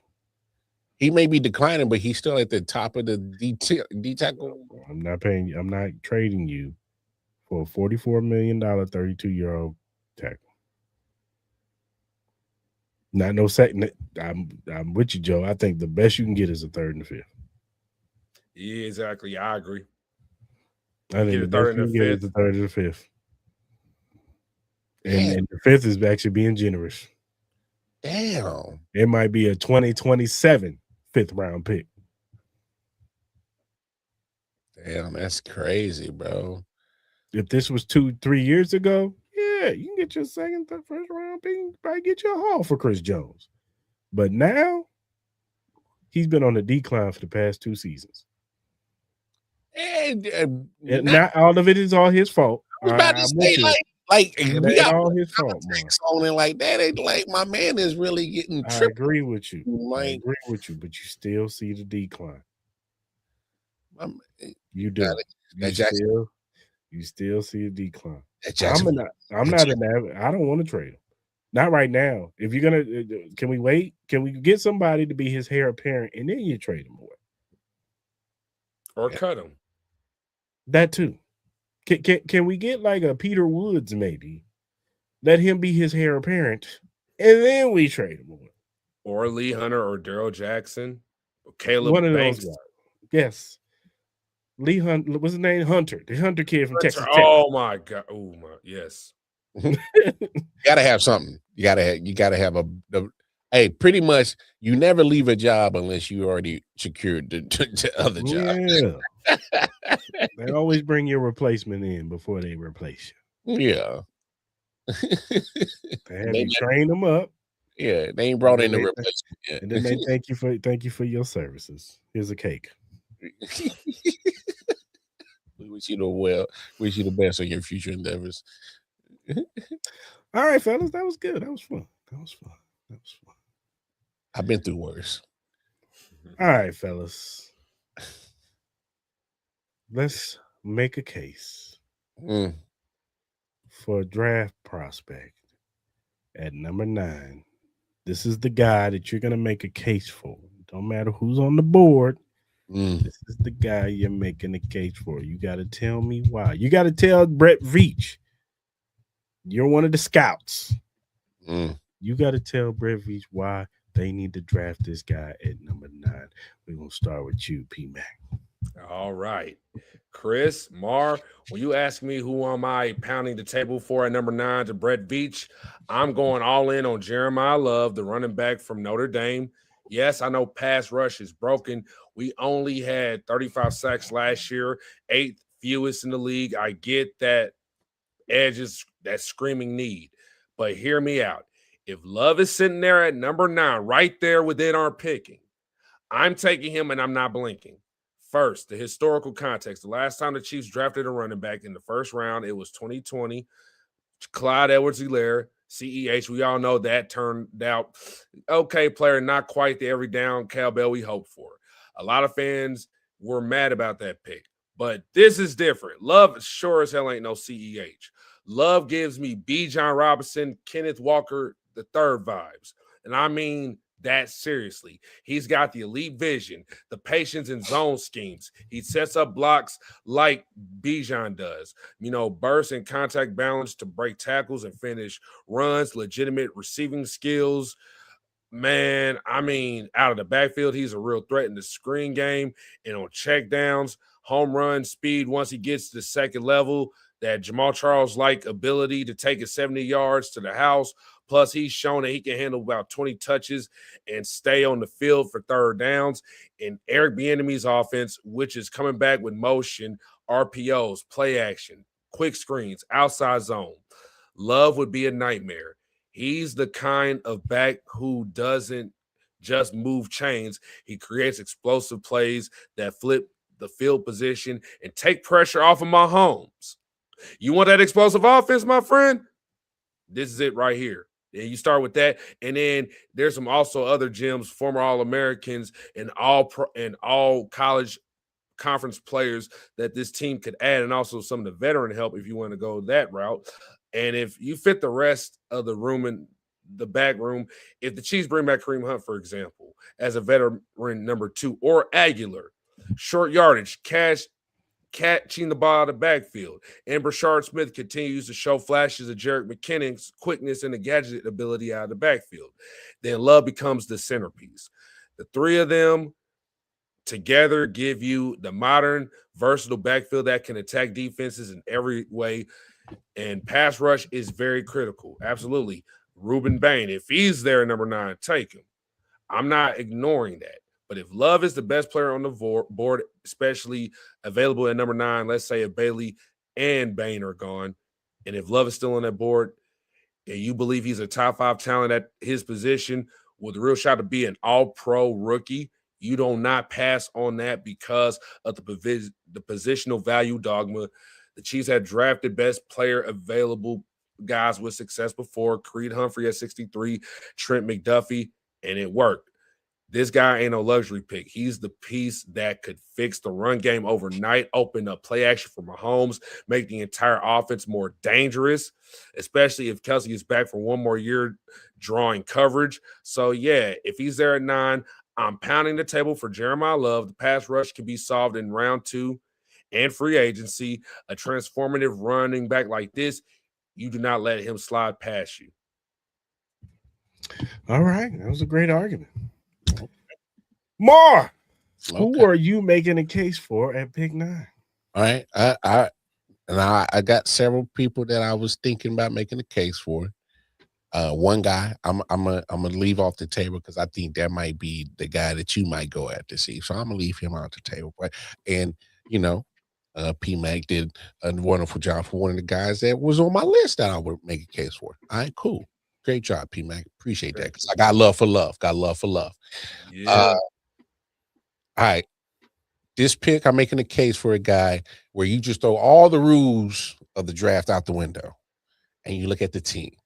All right. We just had a conversation a second ago on how we haven't found the heir apparent for Chris Jones. Well, I can make a case that I think we haven't found the heir apparent for Travis Kelce. So in this situation, I'm throwing all the rules out the window and I am saying, hey, Kenyon Sadiq. We need that heir apparent to Travis Kelce. We need that guy that's going to take the tight end room and can be a mismatch in our offense. We want that high potent offense. Imagine what we can do with Kenyon Sadiq 6'3", 245, physical specimen, a mismatch for all safeties, cornerbacks, linebackers covering him in this offense with the mind of Andy Reid. I'm just saying. I mean, there's a history of tight ends in Kansas City where they are shoe-in Hall of Famers. I mean, there's a Tony Gonzalez, there's a Travis Kelce once he hangs it up. Oh, Travis might come back for one more year. Hey, Kenyon Sadiq, we need a mentor for you. What's wrong with getting mentored by the GOAT that is Travis Kelce for one more year? Show you the ins and outs on how to sit down in the zone properly, make yourself available, how to get open for your quarterback, make the plays, read the defense. Just saying. I know it's unconventional. You're not supposed to go get a tight end at 9, but damn it, when we got a history of tight ends that are just shoe-in Hall of Famers, go ahead and go and get you a third one. So that's a trade down move. Hey, quit hating on me, Joe. For sure. I hear you. I like it. I like both of y'all picks. All right, fellas. So I was talking about this earlier. Look, I'm all in on the Baines and the, David Bailey's and, even got a few wide receivers. I'm a big Mekhi Lemon guy. I think Mekhi Lemon can be a JSN type. But I'm going to throw the rules out too. Because I said it earlier. We need more playmakers in the secondary. And if we're getting rid of one of our best pieces in the secondary, why not get an ultimate piece? The guy who's considered the best player in this draft. Say it. Probably Fernando Mendoza. Yeah. But we need a playmaker in that secondary. You want to get rid of people throwing the football over the middle of the field? You draft Caleb Downs. Man.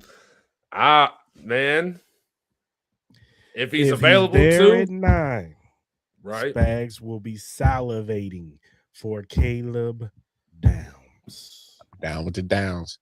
And just so you know, Chris, that was the guy I left off the table because I knew you had, You want 27 to stop being in the slot? You draft Caleb Downs. You want somebody who can play deep safety? Downs. You want somebody who can play in the line of scrimmage? Down with the Downs.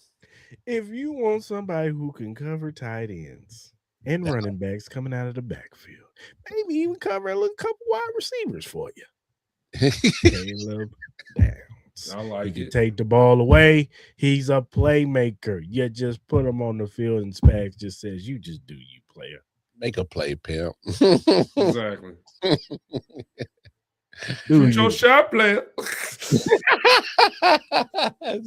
make a play. You go get Caleb Downs and you don't even think. You just put the card in. Let's go. I know you Chiefs Keenan will probably be mad at damn safety. Hey, y'all like Eric Berry, didn't you? Y'all like the honey badger. You like the honey badger, didn't you? Well, this kid right here is on that level. And you go get him. Yes, I want a pass rusher, of course. But there's some pass rushers we can get in the second or third round. I'm telling you, go get Caleb Downs. But if you want to get Mekhi Lemon too, I ain't mad at that either. Lemon wouldn't be mad either. Because if you want that explosive offense back, I tell you right now, Mekhi Lemon gets open on his own. And he makes those athletic catches like Tyreek Hill used to make. He beats man coverage. I'm with you there, brother. I like Tate. I like Carnell Tate. Martin knows my stance. Just go get one of them Ohio State boys. They just work. He just work.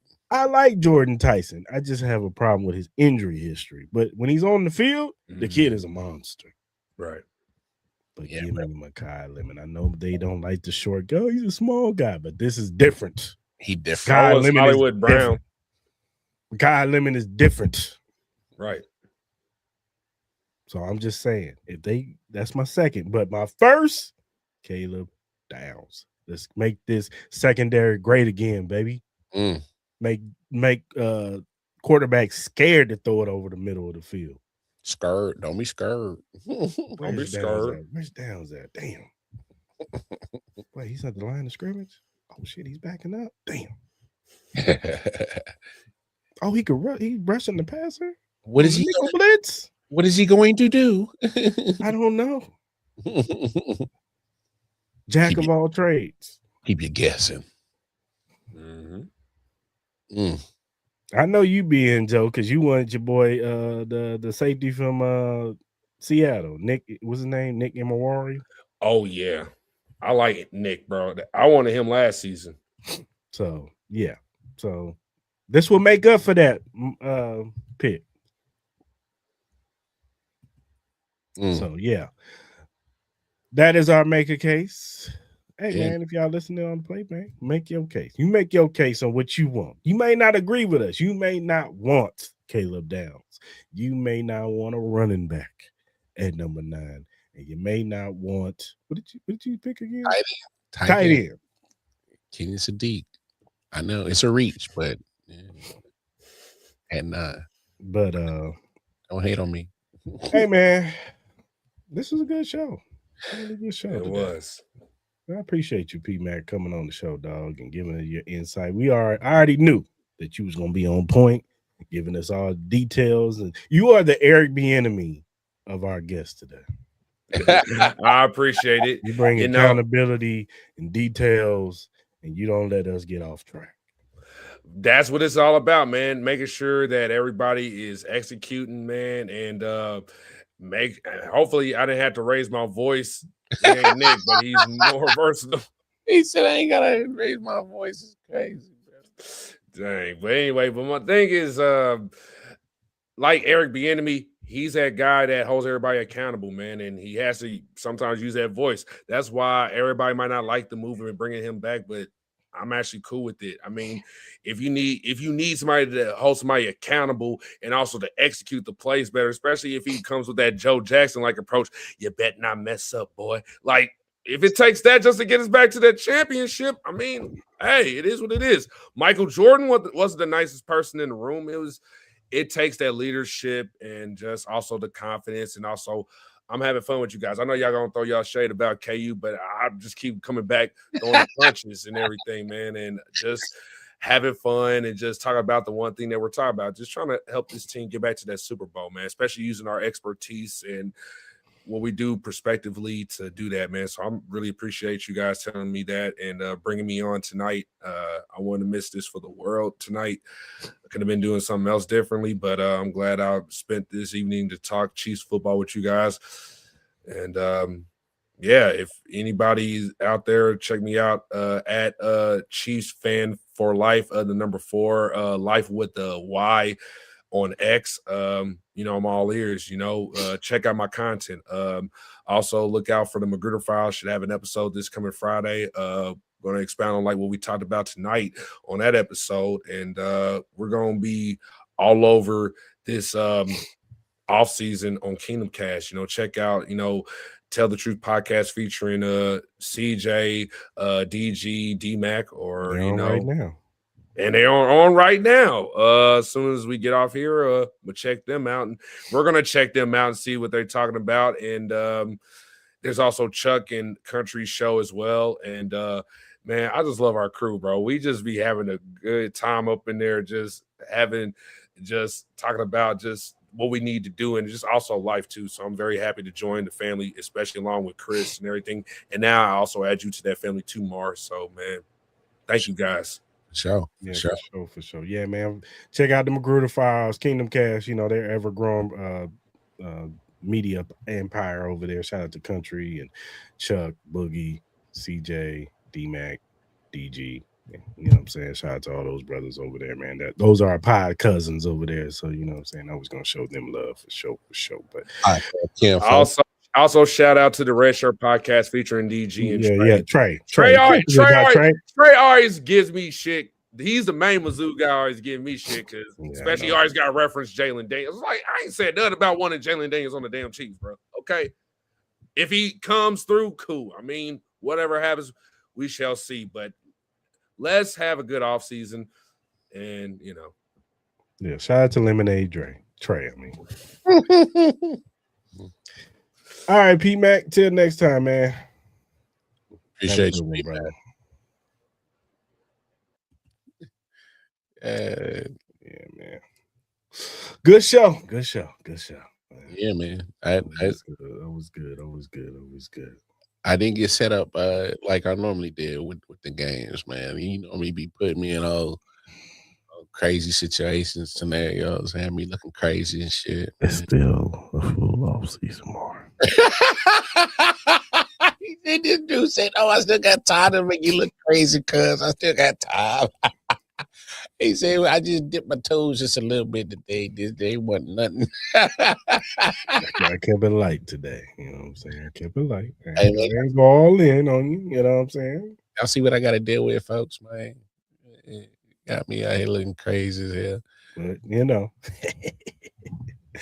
don't let this brain get the cooking stuff up. Like, Nah, it's all good. Because I'm just going to blame it on the weed anyway. I'm like, man, I high, the bro. way you are chefing up some foods, the way I be chefing up these topics. You know what I'm saying? Hey, yeah, so I know that's crazy, bro. Oh man, crazy. That was a crazy NFL season, man. I'm glad it's a wrap. Yeah, man. Brett Veach. Do you think this is a one-off for Seattle? No, because the coach he seems to have a good grasp on how to build a culture. Because he was already had the team looking solid in his first year, last year, and then you not only do you improve it, you walk away with a championship. So obviously things get different when you throw expectations on it. You know, you're the hunted now. Target's going to be squarely on your back, but they got the pieces. Obviously they're far from perfect, so they better get as many as they can before the window closes, because we see how shit changes real quick before there's a lot of people that got to get paid. So yeah, man, they're young. That's a lot. I think that's on their favor, especially on that defensive side. They're young. So the only problem is when I say get as many as you can is they won't be young on that defensive side. They're all pretty much contracts going to be coming up at the same time.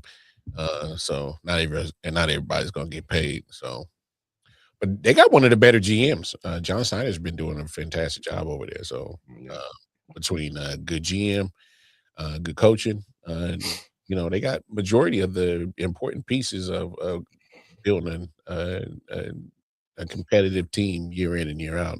They got it already in the building, so they'll be around.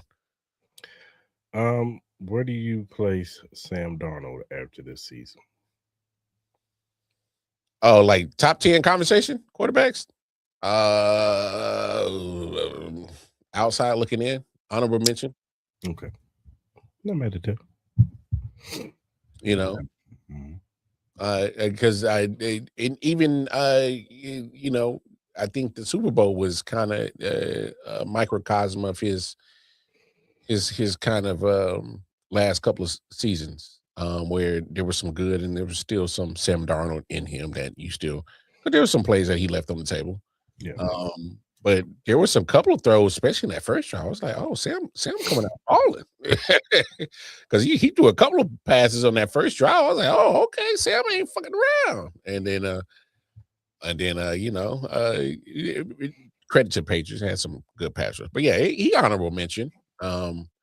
I can't poo-poo a guy that's won back-to-back 14 plus win seasons and then just walked away with a Super Bowl. So, you start making that conversation about, okay, yeah, he might be able to enter it.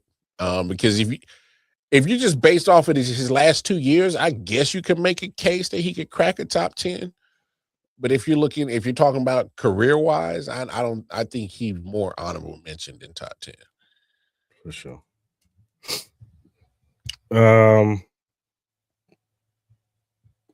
What are your thoughts on Drake, man?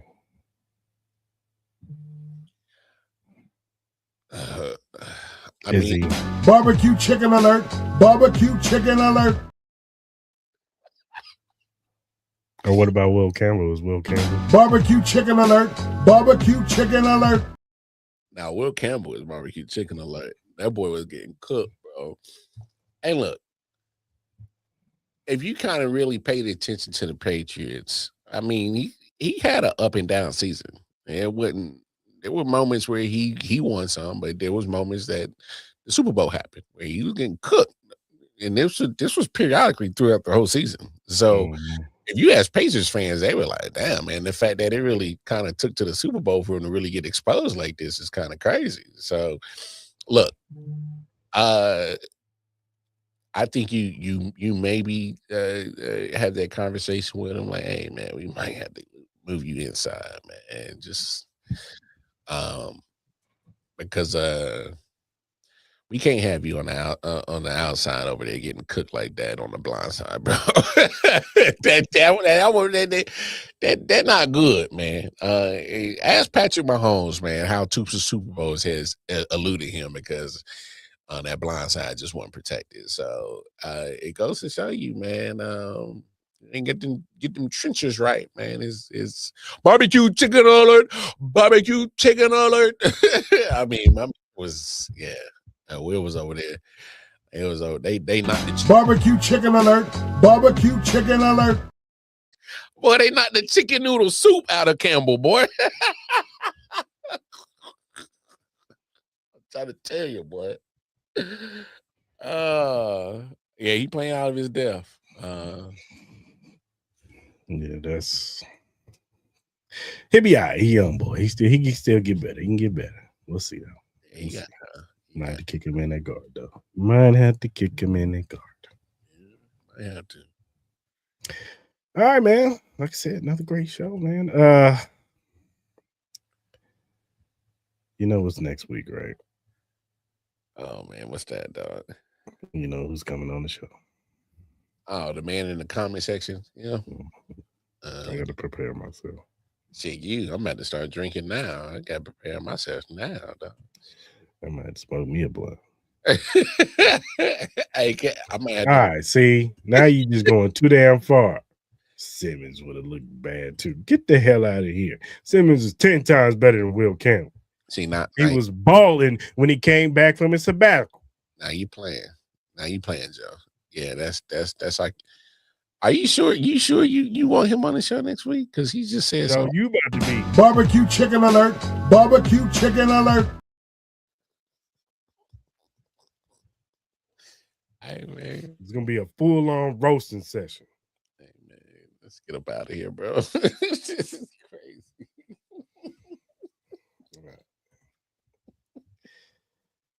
If you want to get a Red Friday Chiefs Kingdom t-shirt, you can get yours now. Go ahead and scan that QR code right there, or go to any of our social media platforms and go to the Printify link to take you straight there. You'll see the Chiefs Kingdom Red Friday shirt. You'll see our Arrowhead Chief podcast shirts with the big three on the back: Patrick Mahomes, Chris Jones, and Travis Kelce. $25 for all shirts plus shipping. Go ahead and get your shirt now, man.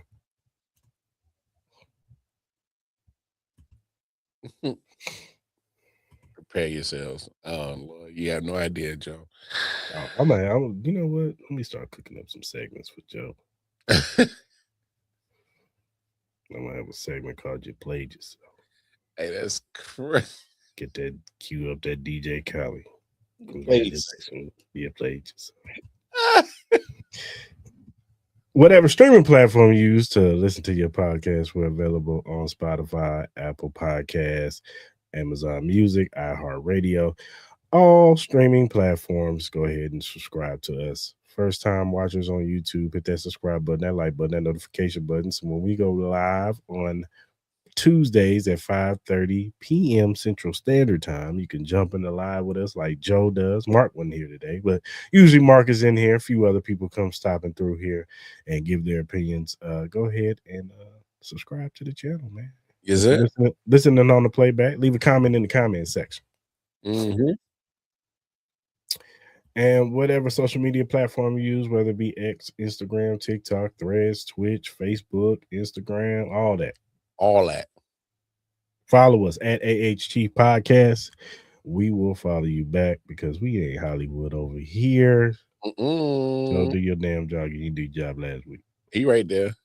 We Hollywood. So that means if you mess with us. Barbecue chicken alert. Barbecue chicken alert. No, I'm just playing. No, For real though. if you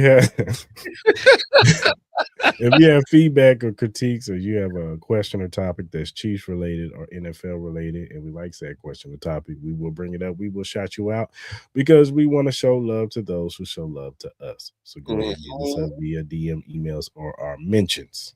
Yeah. All right, good people. Until next Tuesday, where we have Joe here. Get your blunts and drinks ready. I'm gonna have to get somebody else to come along with him. Maybe I'll try to get Clarence to come on. No. Whoa. Yeah, you're right. We'll be here about 6 hours. Never mind. Whoa. 6 hours. Never mind. But until next Tuesday, hope you guys have a good rest of the week. We are out. Go Chiefs. And hey, feel like a Baptist